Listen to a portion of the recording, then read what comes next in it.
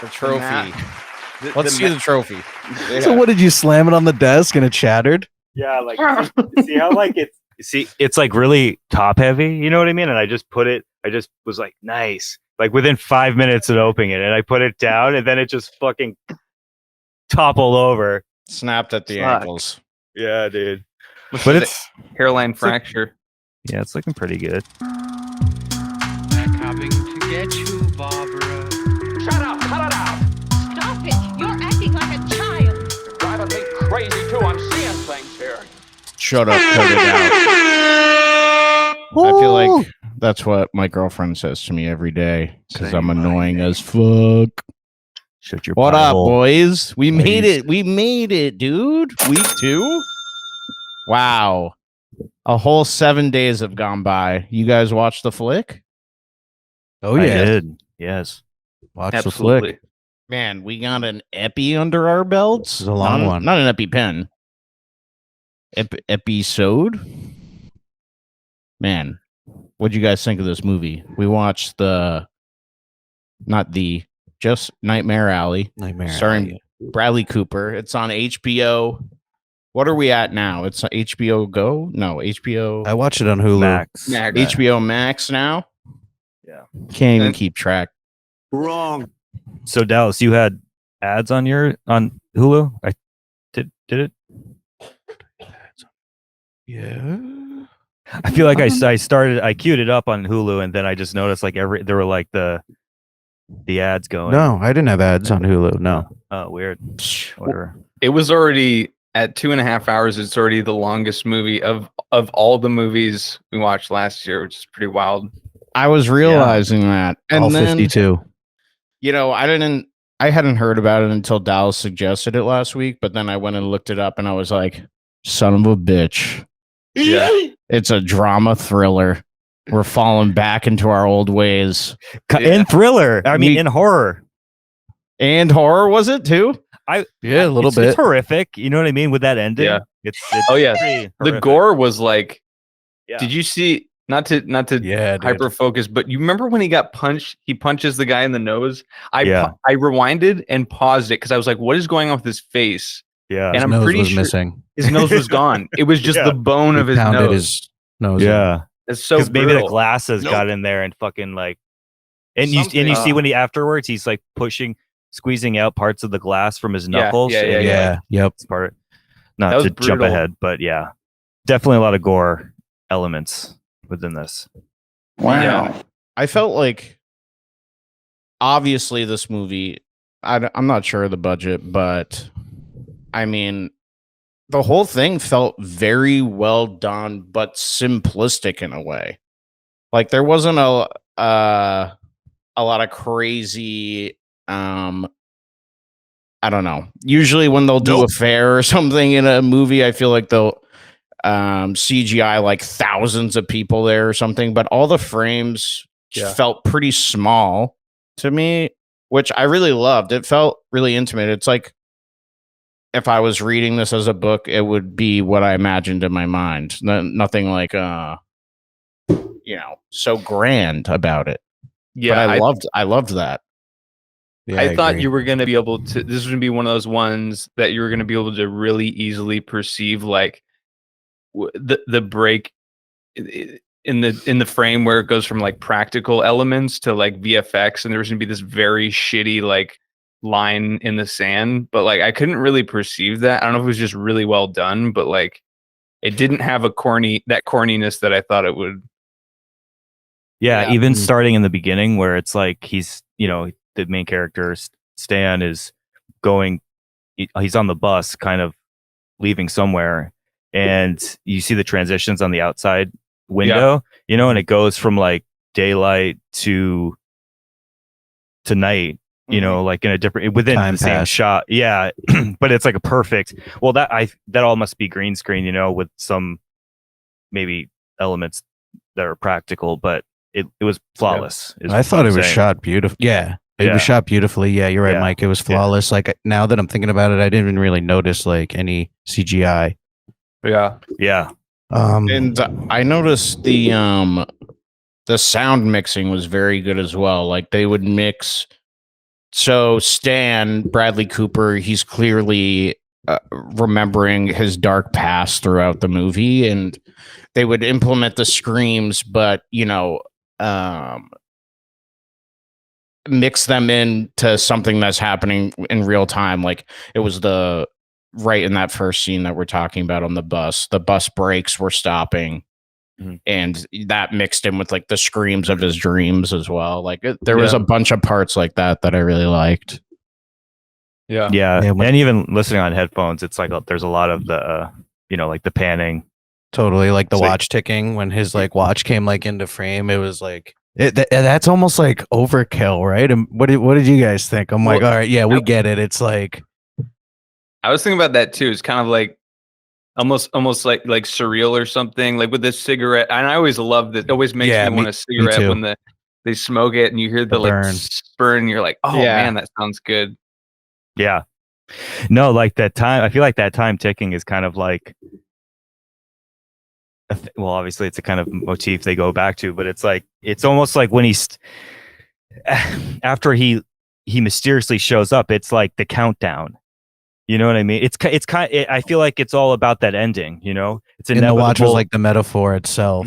And that's kind of like when you first, but that's like, when it's ticking loudly, that it is like over the top, I think, to like, that's like one of the first hints to make you like, when you're thinking back on it, you're like, oh yeah, the watch, it kind of ties it into from then, Yeah. And yeah. Like full circle. Not to get to the end too fast. I know. I want to. Yeah, whoa.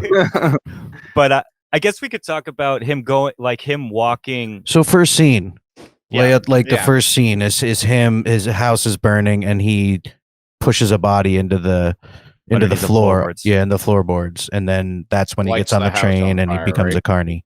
Lights the house on fire.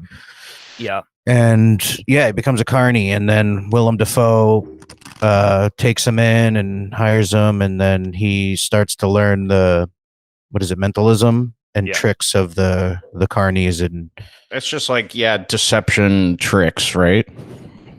Mind tricks. And but it's cool even before we get to the carnival, the circus. It's like he gets off the bus stop, and then it's what does he see? It's like he sees this big star, this big, like the Ferris wheel that's spinning, and he's like attracted to it. So he and just the idea of what, the type of people that are gravitate towards, this traveling circus. He was perfect for it.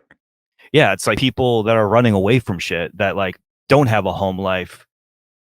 So they like find home on the road, traveling, like on the run, in a way. And this was more prevalent in the 40s when it took place in the 40s. Yeah, but even earlier than Mm-hmm.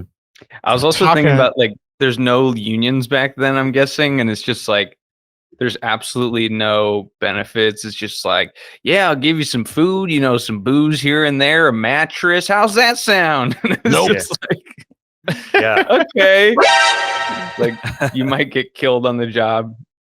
But even when he walks in and like he heads in the back, it's like the Ron Perlman character and the little person. They both recognize him. Well, they take it. They're like, "What are you doing?" And then like pretty like I just feel like those people can recognize people like them. You know what I mean? They're like, "You're a lost soul too. Like, come join us." And good point. You have nowhere else. And I don't know. He's kind of predatory. Like it kind of sounds almost like a, I don't know, like don't like serial killers do that, and like pedophiles and shit, like look for people who are like don't have families and are lost and like. Well, they prey and and then groom, or damage people. Like we could put it into a broader category. Well, it's like if you're picture, Bradley Cooper, Stan, he didn't even want to get off at this carnival. It was the last stop on the bus, so like he was forced to get off at it, right? And then he's just moseying around. He probably doesn't know what to do after burning this body up.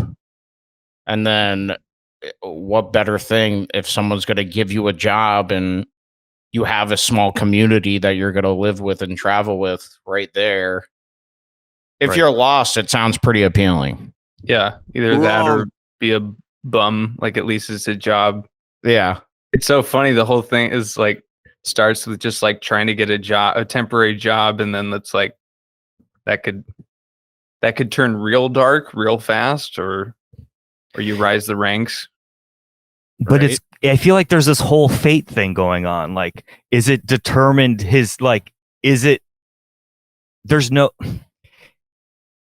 was he always destined to kind of be that geek in a way? You know what I mean? Like, was he born? I kind of liked You know what that. I mean? Yeah. Like- Well, I kind of liked that, how depressing that was, like how doomed that was. Like he doesn't have his own, like his destiny is not in his hands. And like, But almost he's like fighting it the entire time in a way. yeah. By being like, Well, the alcohol. I never drink. Yeah, like Yeah. I never drink. I never do that. And she was secretly like recording them in the sessions, you know. Yeah. Sorry, let's go back. So like when he goes to the circus and then he meets a professional or like the higher up magician, like a fading magician. It's like the Carney boss is the first person he meets. Right. Willem Dafoe's character. In charge of the geek. Right. I was like, is this guy? He was like, come and see the fabulous geek, half man, half creature. I was like, is this guy gonna fix my computer or something? The fuck is going on here? It was cool though. That name is pretty cool. Yeah. Yeah. But it's like, yeah, it just feels like these people all kind of, it's like they can see the darkness in each other. Like they recognize it. You know what I mean? Like Bradley, like Stan can see like that these people have darkness, and that they can see that he has darkness. And like going to like when he finally meets Peter or Pete, and he's talking to him. but it's weird because like it doesn't seem to be like circus people, like Carney people are like pretty. They're all like pretty fucking weird, but like I don't feel like being involved in a circus is like you have to have like inherent darkness. Like it seemed like some of the people were still like the more like fringe characters were still like positive characters, like the kind of like even like Rooney Mara, like I don't think she had like, he kind of just like fucked her up, it seemed like yeah, right. but she was like the daughter of like an illegitimate con man, you know what I mean? It's like they maybe I should say damage, not necessarily darkness, but there is instability, down and out kind of. And I do feel like a traveling circus does have it will employ people who are, you know, who would be a good candidate for like a job that's moving from state to state to state to state, you know, like constantly. Like I feel like people that, not that that's over, like that's always true, but yeah, I would think that like criminals would be employed by the circus or that type of show. Yeah. Show, dog. I mean, no like community judgment, right? No one knows who you are when you go to that new town, but it felt like they were in that one town for like years.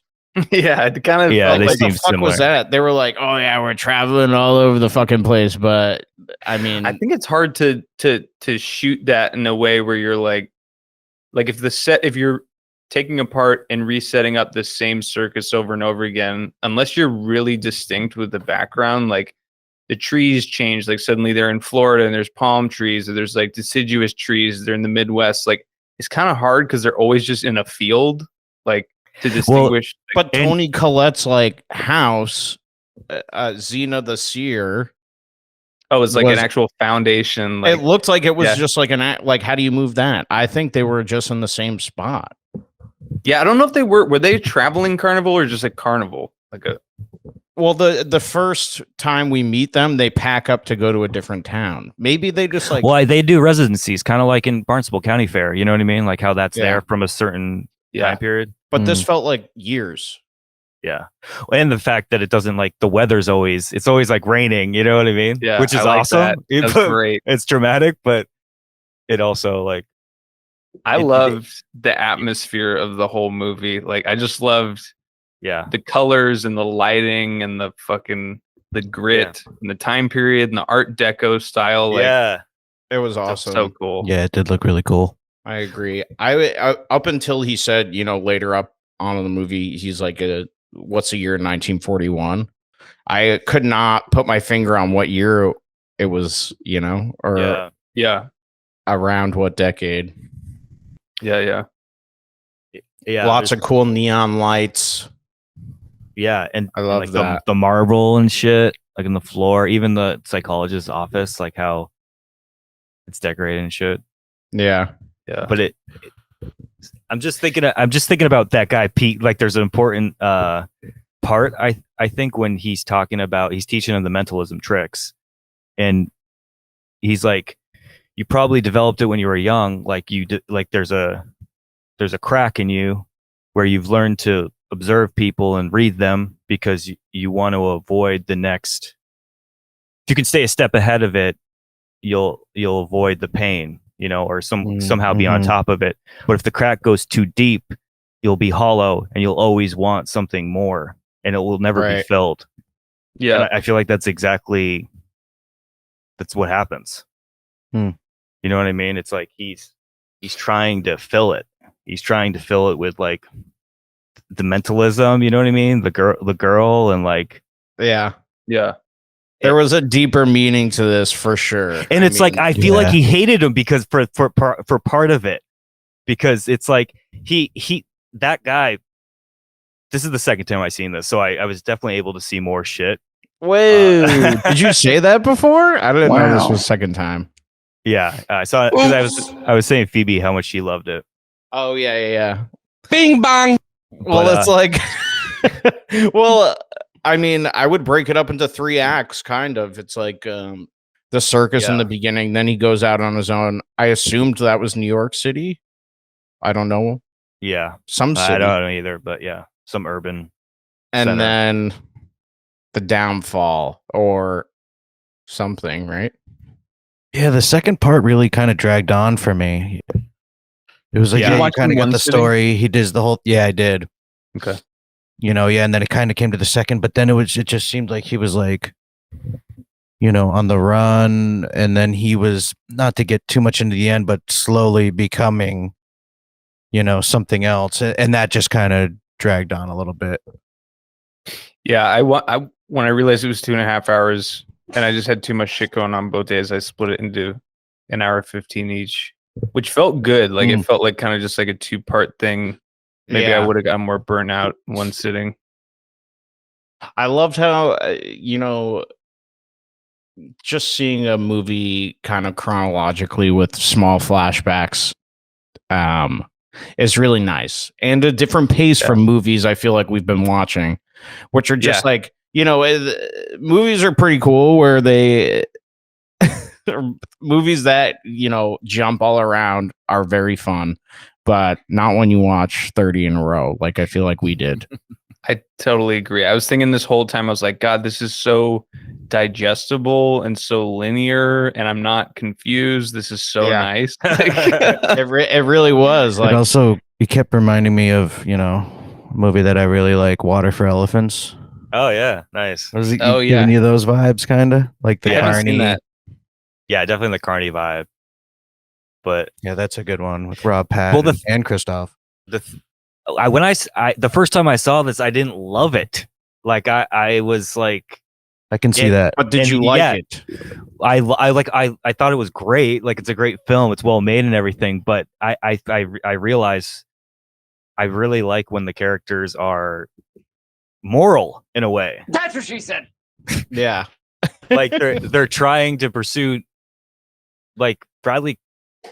I don't know. It seems like to me Bradley Cooper is always a bad, like, easy there. He's kind of whatever you're gonna say. He's an evil character. Oh, you think so? Like he's an anti-hero, right? But me and Pete were just talking about this. I wouldn't say it's an anti-hero because I feel like an anti-hero is someone that gets the call to, like, they don't want to take the role of a hero, but they do take the role of a hero. Like, I wouldn't say Bradley Cooper is necessarily even a hero. Yeah. Like I think he's kind of more of like on the he's on the side of a like a serial killer. Not that he's killing people, but he's like he's like a psycho. Yeah, he's a con man. Yeah, right. He's like And then trying. he uses the mentalism to con and to go even further into like. And then he screws over Rooney. I know, and so then sad. he gets caught in the Kate Blanchett. I don't need you. Yeah, the therapist thing, and she was screwing him over the whole time. That you could tell she was an evil And now before the femme fatale. I even met her. I wasn't too surprised on that twist. She's like, I'm bad. It's just like, yeah. And then just being like, and it shoots him right in the face. Oh, sorry. I mean, we're halfway through. We'll just say that he declines and he's slowly becoming a geek. Yeah. Yeah. And you see it, and the signs are there. Wait, but do you guys think he's bad? Yeah, but I like that. I like that for change because it's I'm like so the used Joker to, thing. Mm-hmm. Yeah, I thought he was bad. Yeah, he's a bad guy. But to answer your question before about, you said something about like, did you see him, or did you think he was born to become the geek? Like when he's setting it up, I'm like, I know, like what? There's no, like, I thought he really could have had it. There's no way. I didn't think that he was. Yeah, I did not see that shit coming at all. I did not see it coming at all. I didn't either, but it's fucking amazing. Dude, it's so good. And he's smiling. He's dude. Yeah, dude, the last, that was awesome. Yeah, that was so good. Such a good ending. Dude, it's like that was like the best performance of the entire movie, don't you think? Like, surprise, motherfucker. I knew I was like, the credits are gonna come like during this fucking laugh. Yeah, it's I too just good knew it to not end there. And they did. It was oh yeah. I was like, I instantly had that thought. I'm like, dude, I feel like he could win an Academy Award for that performance. Just for that laugh, those 15 seconds. It's just for that, I was definitely thinking that, but like, I don't know, the whole, and let me know what you guys think, but his whole, they had talked about, they were like, kind of like play Southern for Southern crowds, like play Western for Western crowds type stuff. So he's kind of like doing playing a character. Like he's a Southern guy. He kind of has this like dumb sounding Southern key cat. And then when they first show him in his tuxedo and he's like at some like banquet type thing and doing it for rich people now. When he moved to the city? Yeah. Yeah. He has this kind of arrogant, weird accent where I'm like, I don't even know what this is. Like, is this just like a high society accent or yeah. It sounds kind of it sounds like dumb. Like it doesn't sound cool. And I thought like, is this intentionally? Are they trying to like show the cracks of like this Southern guy trying to act posh, or is it not supposed to be self-aware? Like, is it? I don't know. He's like, I do declare. Yeah. Yeah. No, but I think he's a very calculated guy. Like they kind of show him. Like remember in the scene in the elevator, he's like, I'm gonna make a dent. We're gonna make a dent. We're gonna make a dent. And then later, like he goes and having the speech and he's like trying to sell her. He's like, we can make a dent if we work together on this. Yeah. She's got to feed him information so he can use it to. On the Grindle guy, but there was their previous guy before that. But assuming like you the think viewers at home, I just think it's in his character. Yeah. I just think he forgot about the plan, and they keep talking, and then he still has it like right accessible in mind. Like we're gonna make a big dent. Like he didn't forget the plan from the start. He was like putting together in the elevator and. Bruh. No, I think he's preparing a speech. You know what I mean? Yeah. To convince someone to whatever he wants, because he wants what he wants, and that's like his goal in life is to always get like. I don't think he like loves even Rooney Mara. I think it's more of he wants to he needs her because he can take advantage of her and get what he wants. Yeah, Totally. Like he's a manipulator. He's a con man. He needed to move on. Yeah, and he needed her to help with his act, right? And that's when she started slipping. And that's what I was just thinking about, that accent. That was the first time, and maybe it was because he was pissed off. she messed up their bit, and it threw him off. And then right when it ended, he's like, "Oh, like you fucked up. You got one job. You can't do it." And like maybe he was just like, when you're like, "Oh yeah, I do declare," because I felt like his voice was like deeper and he was like serious and he was like, yeah, maybe just pissed. I don't know. This is also, it's like, so Richard Jenkins played the billionaire guy trying to see his wife. Grindle. And yeah, Mr. Grindle. And then the dad from the Step other Brothers. millionaire's wife. Yeah. And the mom was already in. Yep. Was in there too. Yeah. Well, that's what I'm going to say. Mary Sorry. Steenburgen. And she was in there too. Both the parents from Step Brothers. I was just like, I couldn't get that out of my head. But right.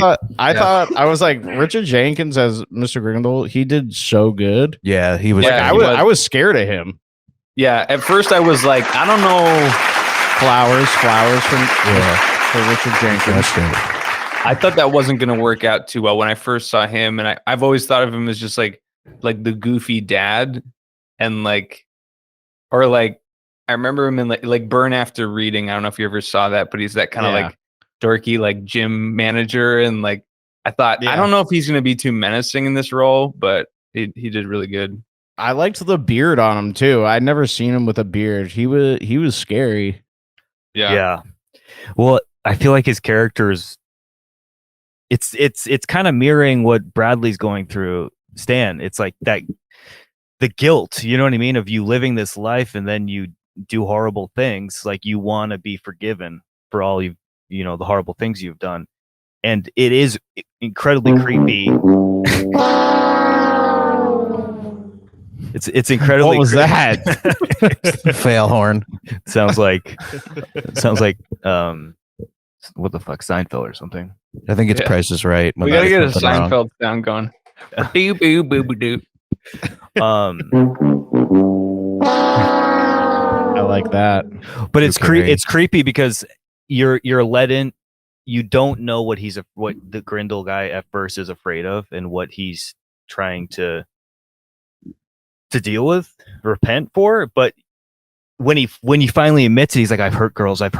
Like that is creepy as fuck. You know what I mean? And like, just Bradley seemed like thrown off from that. Like he wasn't also a murderer, which I thought was weird. I think that's why he bashed his face in. Like he hit Rooney and then he just like, rage took over because.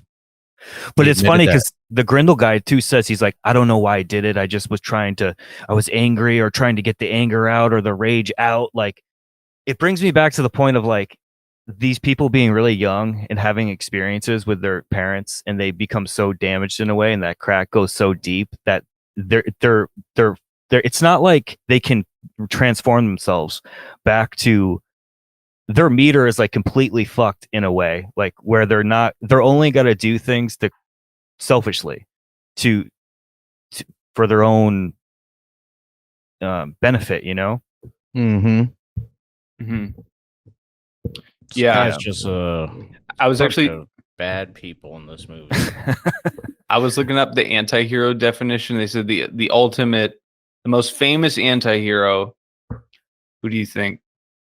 Snake Plissken? Oh, who knows? Han Solo. Yes, Han Solo. Nice. Wow.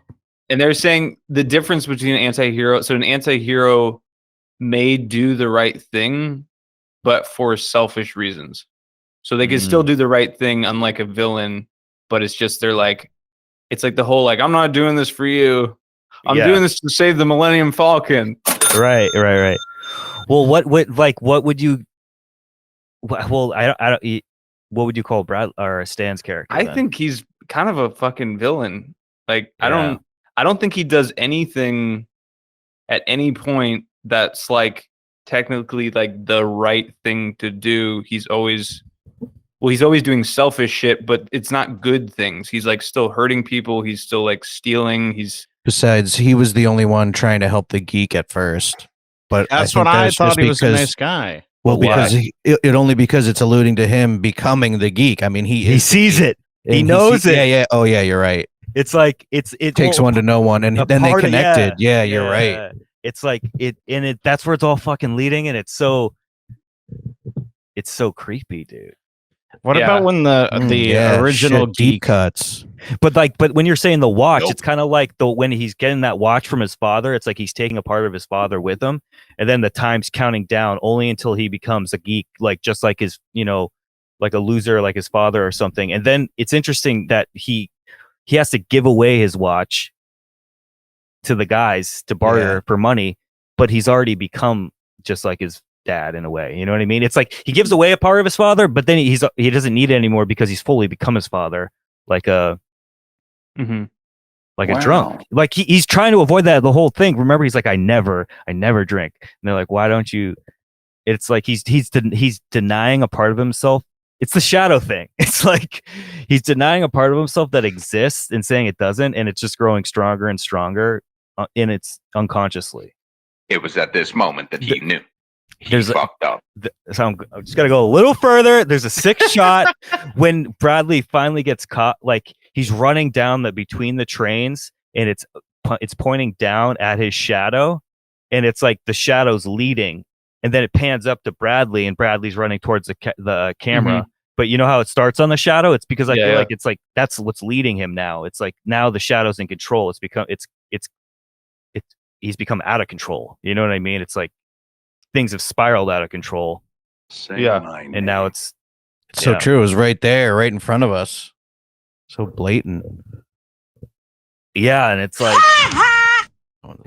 how could he but that's why I bring up the fate thing, it's like he's trying so hard to not be like that, you know what I mean? And he ends up being like that despite all of his efforts.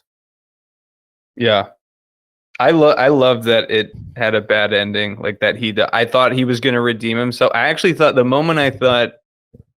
when he snapped and he like defended Rooney Mara and he like beat the shit out of the guy, I thought there was going to be this whole like, he woke up and he's going to take care of her now and he's to be a good man. I thought it was going to shift then, but like, I think that maybe kind of would have been predictable. And it was refreshing that like, it just went down, down, down, and just got so like the worst thing that possibly could have happened was him turning into that like disgusting geek in a cage eating chickens. Yeah. Oops.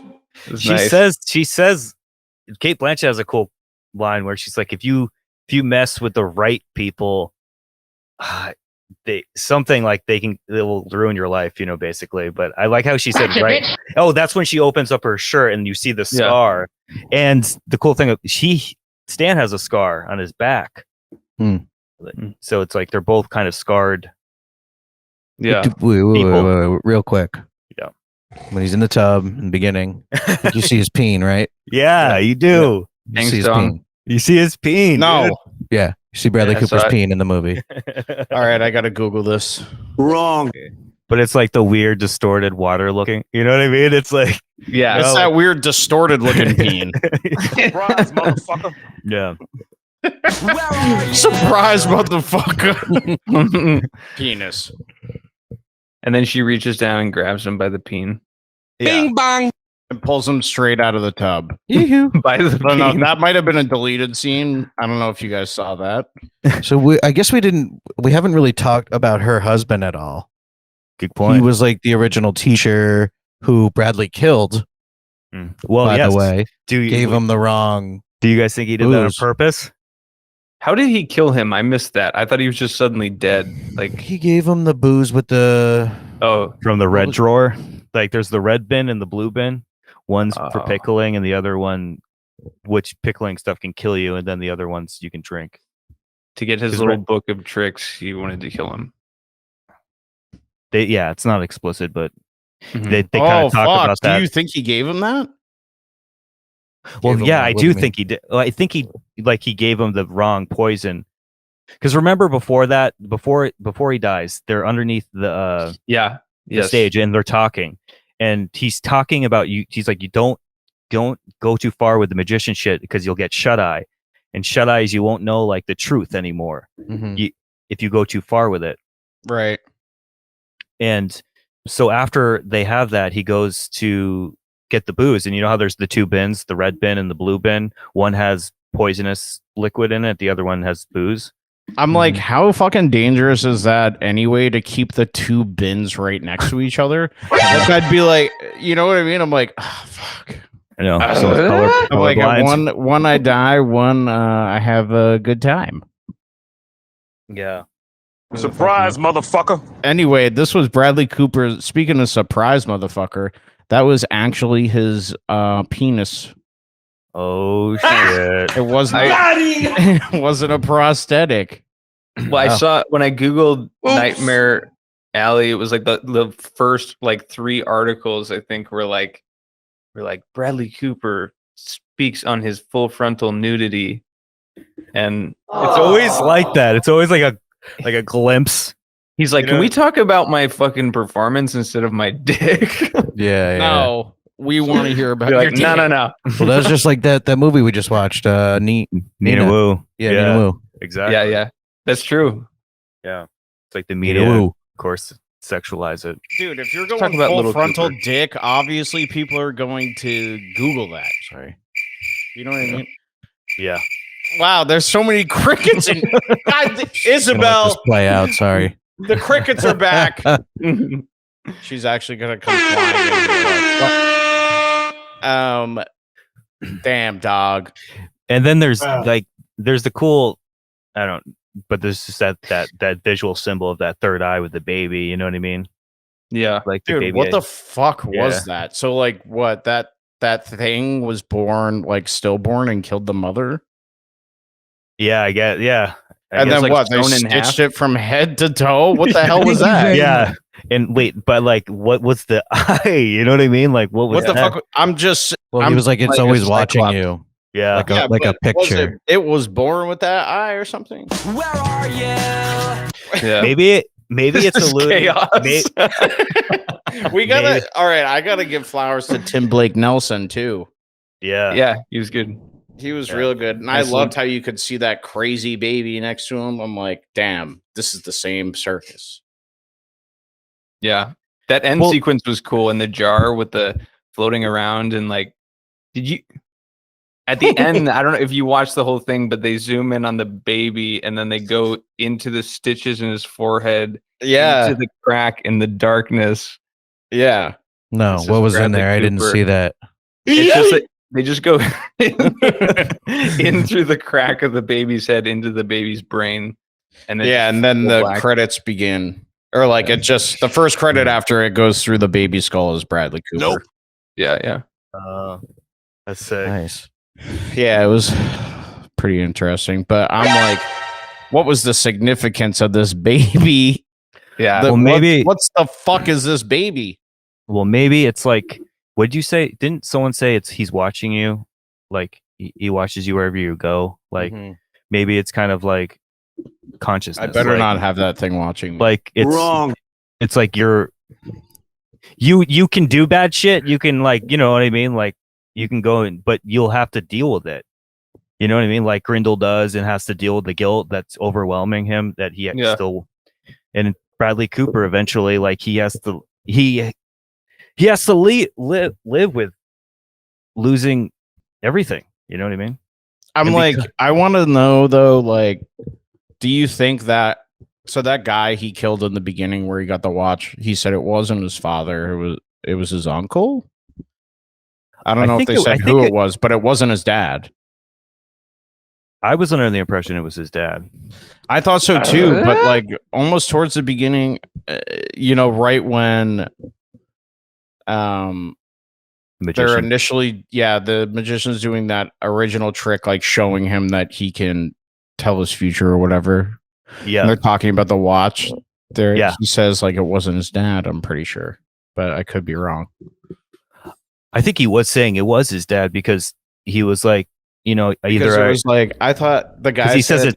Yeah, he said it was. Oh, I thought he said it's not your dad, but someone close to you. And he was like, yeah. I could be lying. We're going to fact check this with Mike Hull's fact check. Well, he was just like, he was like, just like you too, just your dad. He like, well, he says most boys have problems with their dad, have daddy issues or dad or father have and penis size. Do not bully people. I have one question. One thing I didn't understand. When Bradley Cooper's in Kate Blanchett's therapist office, he steals a key, then he goes to some sort of like library looking place, like slips the dude like a bill to give him access to some like tiny little box that had the postcard in it and like a lock of hair and shit. So this was the belongings of Grindel's dead wife. Yeah. Remember that? Yeah, it's something like that, or it's Grindel's himself, like a safety deposit box. Well, that's what I was wondering. What is this place? Is this a bank? Is this a safety deposit box? Like, why does it only take like slipping someone like $5 and then you like get I didn't access? understand that either. Yeah, that was confusing. Yeah, wow. I don't know. I guess they're kind of, maybe you're just gonna go with that. Was back in the day. Yeah, things were some old shit. Let us know in the comments below. Oops. What the fuck that meant? Oh, last question. Have you seen Batman Forever? Yeah. Wait, Jim Which Carrey? one is this? Nicole Kidman? Yeah. Which? Oh, okay, yeah. I don't know if you're familiar or super familiar, but you remember how Nicole Kidman, her character's name is Chase Meridian. She's a therapist. She's a psychologist. Yeah. And she has this like really similar feeling, like high up, like top floor penthouse, like has like African like masks on the wall and shit. Yeah. It felt so similar to this. I was just thinking the whole time. Yeah. I was trying to find images of like Batman Forever, like a psychologist's office or something, because it just felt like it was almost like completely inspired by it or something. Or well, even like Batman and Batman Returns, like those built like that has a 1920s flair to it. Yeah, the set direction. So yeah, I feel it has that Art is, Deco look. Yeah, they must be using that for like inspiration or something. But it's sick. Dude, I was just like, if you're going from making $1 a day to now you're making $10K a visit with some person for whatever, a half hour, I don't know how long. How can you downfall so fast? Like, he should have taken some of that money home. I don't think it's about the money. Dude, yeah, I guess you're right. But I'm just like, he's always going to want more. The money, it was all ones, right? It's like it had, but don't you think it's like going back to the fate thing? It's like it had to happen this way because it's like with that thing that happened to him, Stan, when he was young enough. It's like he's been constantly pushing this to go as far as it can go, and it's like, you know what I mean? He's always going to want more. So if you're always going to want more, you're going to be constantly pushing it to get more, and you're going to go as far as you can. You know what I mean? I guess it's like where does that road like that road leads to where he ended up, you know? It's kind of like, I guess, like El Chapo or something, like quit while you're ahead, but you can't stop. Yeah, that's a trick. That's what she said. Well, anyway, should we, like, guys, this is what we call this section. I don't know if we want to still roll with this. Bing bong. In season 1. But in season 0, we would call this, should we rate this hog? Yeah. Rate this hog. Nope. I don't know. Should we keep calling it that? Let's do an on pod vote. Let's do a vote. Yeah. Let's rate this hog. Vote. Yeah, vote in the comments if you think we should rate this hog. Comment down below. Should we call it rate this hog or our rating on the movie? Let us know. But a hog rating contest has always intrigued me. Yeah. Best hog. Yeah. All right. Well, I guess I'll go first since I picked it. Okay. I guess I really haven't thought about a rating, but I think I'll give it a 7.5. Solid, you know, 7.5. Yeah, like 75% maybe at 100. I would say that's a pretty good rating. Yeah, it's not too high, not too low. Like I said, it looked beautiful, shot beautifully. Del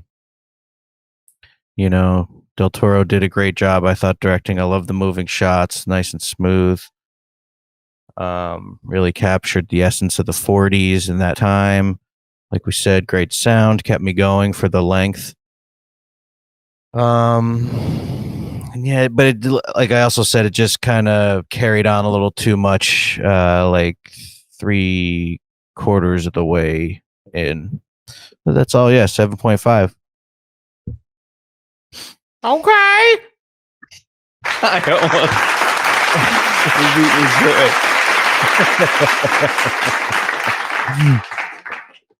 All right, Kevin, you're up. Okay. All right. Take a deep thought on this. All serious. A deep thought. I really, really liked it. I'm gonna go 9.2. Holy shit. That's nice. easily like the best rating of all time. I know. We don't want to peak too soon here. And I know. the new CZ. I think it's the highest. I know it's a lot, but I was just watching it and I was like, I really think this is kind of everything I want out of a movie. Like it was like I love the whole just like the base like plot, the concept of it. I love the setting. I thought it looked awesome. It didn't have the shitty background VFX I thought it would. Yeah, I don't know. I just the setting, the time period, the design, and I really liked how it ended in like a very like fucked up, like fever dreamish, like just dead end circle. Like it wasn't a happy ending, and I think that's refreshing. Yeah, it was great. Awesome. That is a really good review. It's for only the new pod goers, man. Yeah, only that's downhill from here. I don't think the highest. I don't think anyone's rated over a 9. Gotcha, bitch. Well, let's just say in earlier discussions, we said a full 10 rating would be if you can watch the movie forward and then play it back at the same speed and then watch it straight through again in one sitting. I say there's no such thing as a 10 because that means there's nothing better. Like it's perfect. It's like, 9.9. Nothing's really a 10. That's what I'm saying. A 10, If you you could sit there for 7.5 hours. Yeah, if you felt compelled to instantly rewatch the movie after, okay. like if you show up with a 10, you better have watched it backwards at one speed. Yeah, you have to watch it forward, reverse, then forward again. Wrong. And still be like, this is it. This is me. Okay. And then you instantly have to join the carnival as well. Yeah. Or whatever the main character is doing in the movie. Got him. Mike, what's your What'd you think, Chris? yeah. All right. Here I'm coming in. Man, really good movie. Dark. Bradley Cooper is so sexy. Those eyes. Those eyes. I really love the transition of character as well. Like I thought he did a good job. Like we talked about though, the accent transition, but I thought that really worked well with his character, like becoming someone he's not or becoming someone he wants to be. I don't know. Like I said earlier, I loved how everything, like there was no gigantic wides that were just like scene establishers. I loved how we were just in that carnival for over an hour. And looking back on it and talking about it now, I see a lot of connections between him and the geek, which is really cool. It was beautifully shot. I loved everything really about it, but I'm gonna give it a 7.8. Shut up, bitch. I shouldn't say still because that's a high rating for me. It is high. Yeah, that's good. That's a high rating for me. I mean, I've never touched 9. If I'm touching the 9, All right, what was yours? You were 9? 7.8. Bruh. I'm saying I never touched 9. I don't touch the 9s. I No don't 9 touch club. 9. No. What do you think, Mike? Well, dude, going off what you just said, kind of, it's like you are watching. I was just thinking, I'm like, it's not that he's like an unchanging character. It's just that because when you think back to the beginning scenes, it's like he does have that innocence or like that boy charm where a character's He like looks like a lost puppy. Yeah, so it's like it's almost the descent into darkness, like him becoming more and more evil as it goes on. And two points is one, you see like when that act break almost happens when it's 2 years later after he gets Rooney Mara's character to start helping him. Right. It gives a 2-year card like title card, and then it cuts to Rooney Mara. She's practicing the things, and it cuts over to Bradley's character, and he's just smoking a cigarette in the darkness, and he stands up and there's like shadow like over his face, like he's like all dark, you know what I mean, except for the one little tip of the cigarette. And it's a cool visual metaphor in a way, you know what I mean. He's becoming more to the dark side. Yeah, very bad. But also Phoebe pointed this out to me when the first time we saw it, but when he goes and finally in the end when he's running from everyone and jumps into the train, he pulls out the chicken. Yeah. And he gets behind it, and eventually they move on to the next car. He lays down, the camera pulls up and twists, and it's him, and he's in the same position as the hanged man on that tarot card. Like his foot. Yeah, it is. And it's because Phoebe like does tarot cards, but holy it's like shit. Yeah. Oh, cool. How many viewers at home noticed that? I can say 75% didn't. Nice. But it's Britney, bitch. Oh my God. So the soundboard is chaos. It's glitching going off. But yeah, when I this is the second time I saw it. So the first time I was like I thought it was like really well made, but I wasn't. I don't know. I feel like this time you really see the more connections, and it's yeah. It's there's a lot going on. There's a lot to take in, and you can definitely appreciate. I love we're talking about something serious, like actually Bradley Cooper laying in the train. It matched the death hanging of the tarot card. It's Britney, bitch. Yeah, that's how we roll, dude. Gotta spice it up, dude. That's what it's for. Come on, the chiller falling asleep here. Yeah. Shut up, bitch. Dallas is in full control of the pod. So I was gonna give it an 8, but I'm gonna give it an 8 too, just because. Oh fuck! I feel like it's fucking awesome. It's like I really do like movies that are like that. They put the prep in the details, and you see more and more every time you watch it. And true that. So 8 too. Really well done. Was this a book before? Does anyone know? It was a book. Yeah, and a movie too. Right. Yeah, exactly. Damn, I didn't even. It's such a great idea. Like just the simple connection of a mentalist. How would a mentalist be unstoppable and incredible? They would know secrets from someone who's like a psychiatrist who gets. They would team up with a psychiatrist who gets the deepest confessions. Yeah, it's a great plot. Yeah, totally. And it's cool because it's then you also get her to be able to psychoanalyze him, and then you can find out stuff about his character and his own. Yes, totally. And you know what's interesting too is like, remember, she's like, you have a certain motion with your head, and he's like, it's like moving slightly forward and backwards, and then by the end of the movie, when he's sitting, he's like going like it's like this. You know what I mean? It's like it's way more exaggerated. Palsy. Well, it's like I think it's just the manifestation of that problem he's trying to hide. That part of him he's been trying to conceal the entire movie. You know what I mean? And now it's just out in the open leaking. now. Yeah, it was like kind of seeping out, and she was calling him out. Yeah. You're leaking. But that's why Leaking. But that's also why he's acting like he has to be in control all the time. I'm always on. I always have to be on. Yeah, true. Yeah. Con man. That's con man mentality. Right. Nope. You got your Yeah.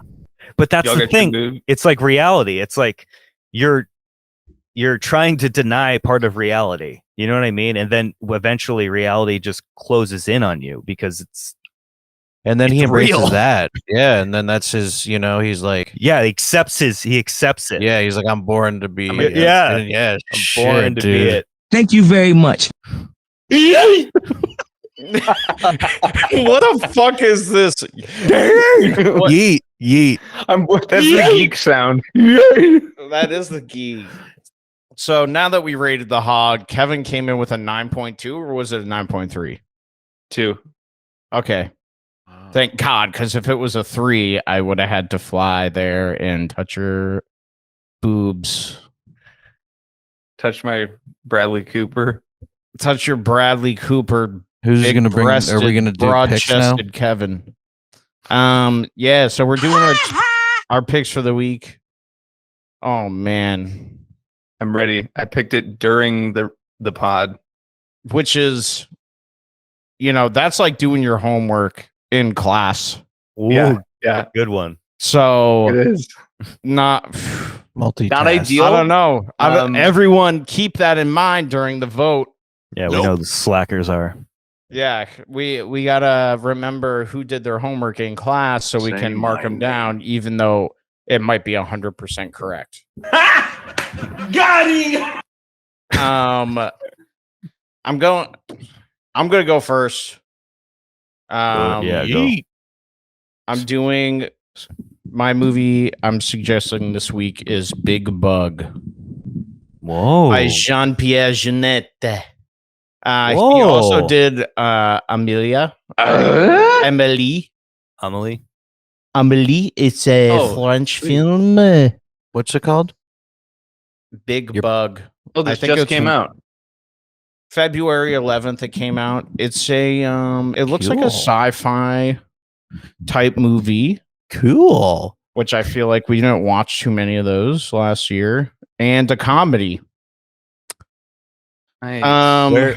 Okay. It looks. I mean, the trailer I saw was very short, but it seems to be like the robots maybe attacking the humans in some way, but I don't know. That's all the info I got on that.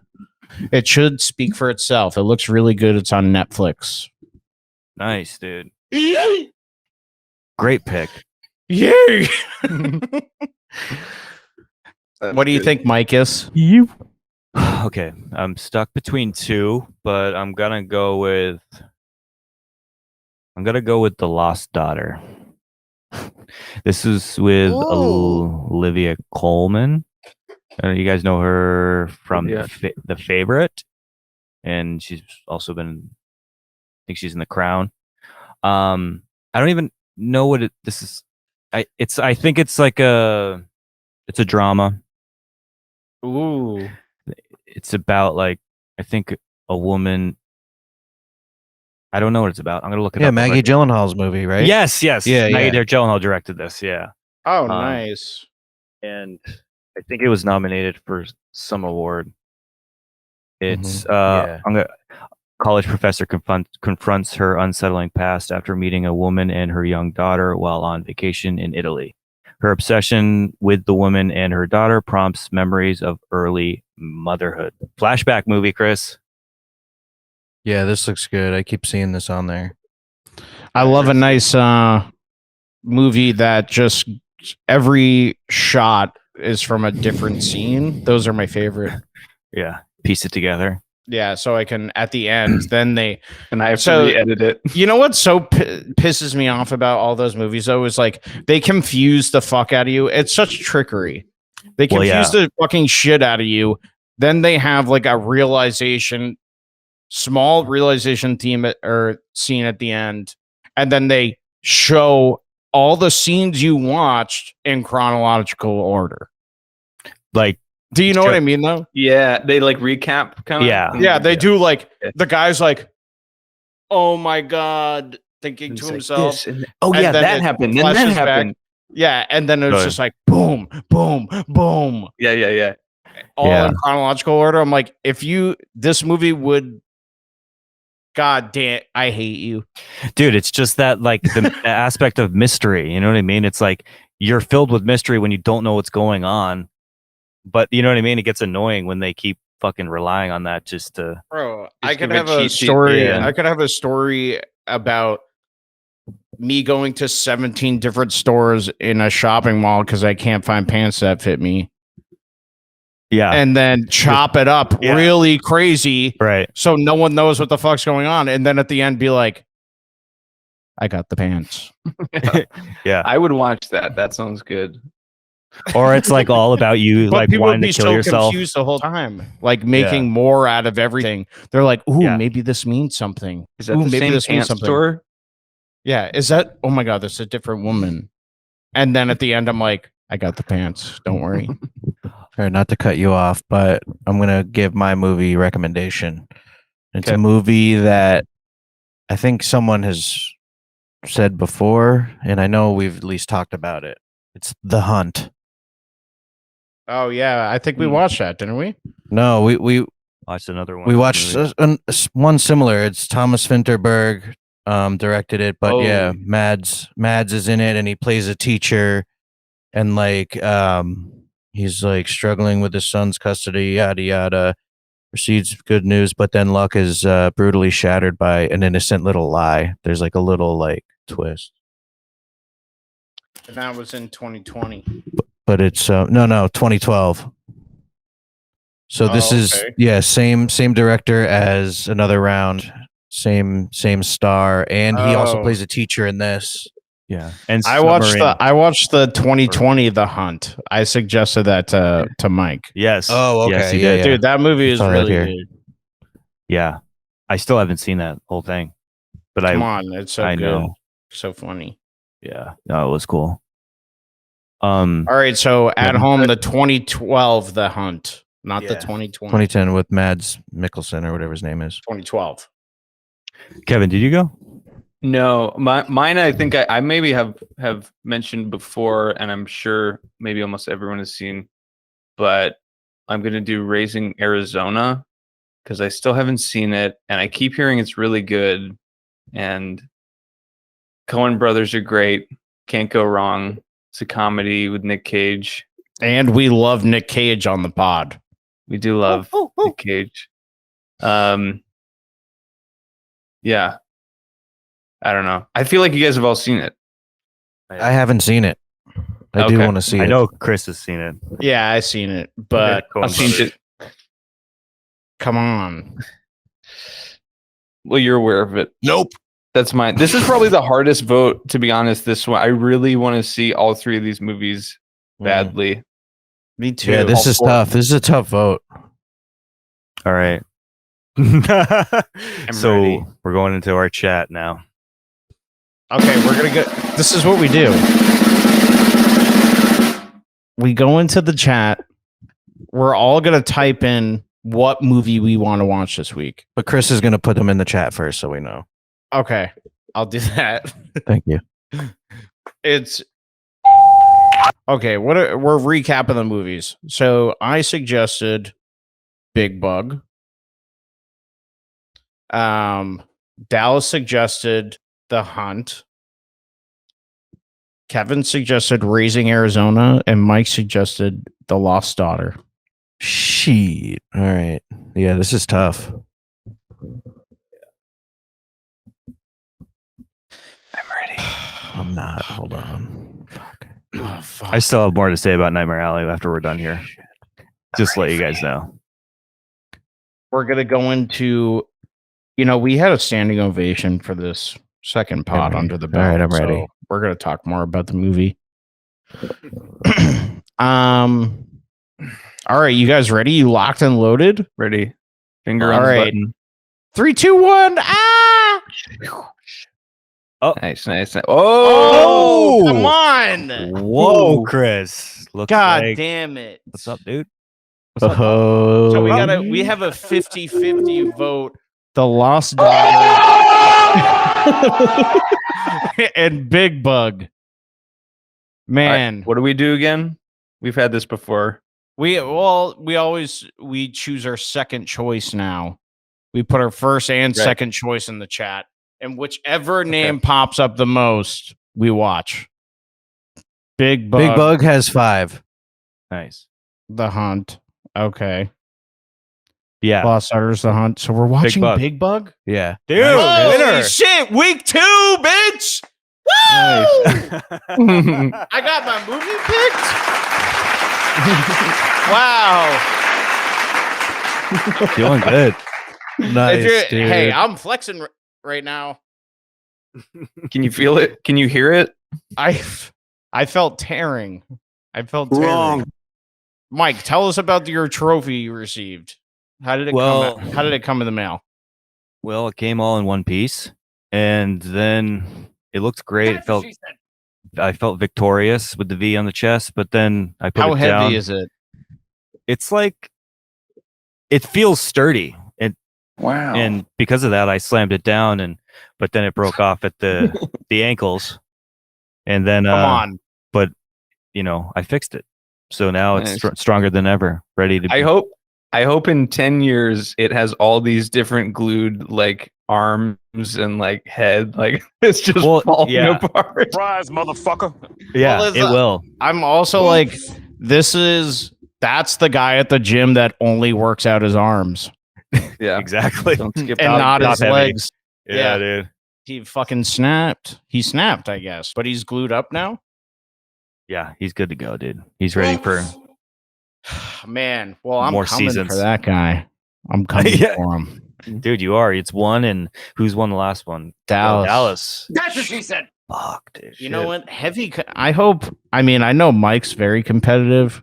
I'm not. I'm not so competitive, but this is a hard thing to be competitive about. Now. Yeah. Now that I'm tied for first, right? It's coming. All right, we can end the podcast, but I just want to ask you guys about some things about the movie.